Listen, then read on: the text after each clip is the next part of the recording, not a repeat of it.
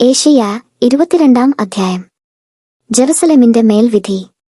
ദർശനത്തിന്റെ താഴ്വരയെക്കുറിച്ചുണ്ടായ അരുളപ്പാട്. ആഹ്ലാദിച്ചിട്ട് ഇളകി മറിയുന്ന ജനമേ, നിങ്ങളെല്ലാവരും പുരമുകളിൽ കയറുന്നതെന്തിന്? നിങ്ങളുടെ മരിച്ചവർ വാളിനിരയായവരോ യുദ്ധത്തിൽ കൊല്ലപ്പെട്ടവരോ അല്ല, നിങ്ങളുടെ അധിപന്മാർ എല്ലാവരും ഒന്നുപോലെ ഒളിച്ചോടിയിരിക്കുന്നു.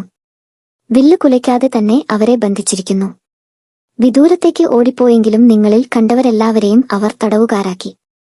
അതിനാൽ ഞാൻ പറഞ്ഞു, എന്നിൽ നിന്നു കണ്ണെടുക്കുക, ഞാൻ കൈപ്പുനിറഞ്ഞ കണ്ണീർ ഒഴുക്കട്ടെ. എന്റെ ജനത്തിന്റെ പുത്രിയുടെ നാശത്തെ പ്രതി എന്നെ ആശ്വസിപ്പിക്കാൻ ആരും ശ്രമിക്കേണ്ട. പരാജയത്തിന്റെയും പലായനത്തിന്റെയും സംഭ്രാന്തിയുടെയും ദിനമാണിത്, സൈന്യങ്ങളുടെ ദൈവമായ കർത്താവ് അയക്കുന്ന ദിനം. ദർശനത്തിന്റെ താഴ്വരയിൽ കോട്ടകൾ തകർക്കപ്പെടുന്നു.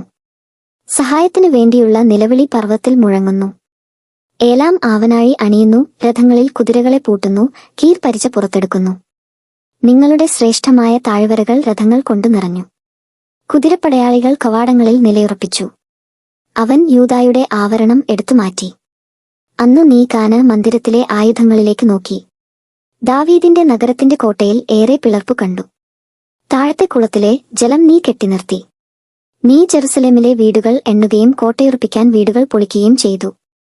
പഴയ കുളത്തിലെ ജലം ശേഖരിക്കാൻ വേണ്ടി ഇരുമതിലുകൾക്കുമിടയിലായി നീ ഒരു ജലസംഭരണി നിർമ്മിച്ചു. എന്നാൽ ഇതു ചെയ്തവന്റെ നേരെ തിരിയുകയോ പണ്ടുതന്നെ അത് ആസൂത്രണം ചെയ്തവനെ നീ പരിഗണിക്കുകയോ ചെയ്തില്ല. അന്നു സൈന്യങ്ങളുടെ കർത്താവ് വലിയ കരച്ചിലും വിലാപവും ഉളവാക്കി. തല മുണ്ടനം ചെയ്യുന്നതിനും ചാക്കൊടുക്കുന്നതിനും അവിടുന്ന് ഇടയാക്കി. എന്നാൽ അവിടെ ആഹ്ലാദത്തിമിർപ്പ്. കാളകളെയും ആടുകളെയും കൊല്ലുന്നു. അവിടെ ഇറച്ചി തീറ്റിയും വീഞ്ഞു കുടിയും. നമുക്ക് തിന്നു കുടിച്ചു മതിക്കാം, നാളെ നമ്മൾ മരിക്കും എന്ന് അവർ പറയുന്നു. സൈന്യങ്ങളുടെ കർത്താവ് എന്റെ കാതിൽ മന്ത്രിച്ചു, നീ മരിക്കുന്നതുവരെ ഈ അകൃത്യം ക്ഷമിക്കപ്പെടുകയില്ല. സൈന്യങ്ങളുടെ കർത്താവാണ് ഇത് അരുളി ചെയ്തിരിക്കുന്നത്. ഷെബ്നായ്ക്ക് താക്കീത്. സൈന്യങ്ങളുടെ കർത്താവ് അരുളി ചെയ്യുന്നു, നീ ചെന്നു കൊട്ടാരം വിചാരിപ്പുകാരനായ ഷെബ്നായോട് പറയുക, നിനക്കിവിടെ എന്തു കാര്യം? ഇവിടെ മലമുകളിൽ പാറ തുറന്നു ശവകുടീരമുണ്ടാക്കാൻ നിനക്ക് എന്ത് അവകാശം? കരുത്തനായ മനുഷ്യ, കർത്താവ് നിന്നെ ഉക്കോടെ വലിച്ചെറിയും. അവിടുന്ന് നിന്നിൽ പിടിമുറുക്കി ഒരു പന്തുപോലെ ചുരുട്ടി കറക്കി വിശാലമായ ദേശത്തേക്ക് ചുഴറ്റിയെറിയും. അവിടെ നീ മരിച്ചു വീഴും. യജമാനന്റെ ഭവനത്തിന് അപമാനമായി തീർന്നവനെ, നിന്റെ പ്രൗഢരഥങ്ങൾ അവിടെയുണ്ടായിരിക്കും. നിന്റെ പദവിയിൽ നിന്നു ഞാൻ നിന്നെ നിഷ്കാസനം ചെയ്യും. നിന്റെ സ്ഥാനത്തുനിന്നു നിന്നെ ഞാൻ താഴെയിറക്കും. അന്ന് എന്റെ ദാസനും ഹിൽക്കിയായുടെ പുത്രനുമായ എലിയാക്കിമിനെ ഞാൻ വിളിക്കും. നിന്റെ അങ്കിയും അരപ്പട്ടയും അവനെ ഞാൻ ധരിപ്പിക്കും.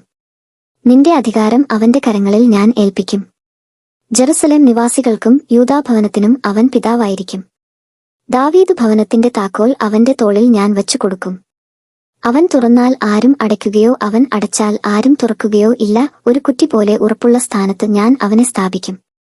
അവൻ പിതൃഭവനത്തിനു മഹത്വത്തിന്റെ സിംഹാസനമായി ഭവിക്കും. അവന്റെ പിതൃഭവനമാകെ സന്താനങ്ങളും അവരുടെ സന്താനങ്ങളും കോപ്പം മുതൽ ഭരണി വരെ എല്ലാ പാത്രങ്ങളും അവനിൽ തൂക്കിയിടും. സൈന്യങ്ങളുടെ കർത്താവ് അരുളി ചെയ്യുന്നു, അന്ന് ഉറപ്പുള്ള സ്ഥാനത്ത് സ്ഥാപിച്ചിരുന്ന കുറ്റി പറഞ്ഞു പോകും. അതും അതിൽ തൂക്കിയിരുന്ന ഭാരവും അറ്റുപോകും. കർത്താവാണ് അരുളി ചെയ്തിരിക്കുന്നത്.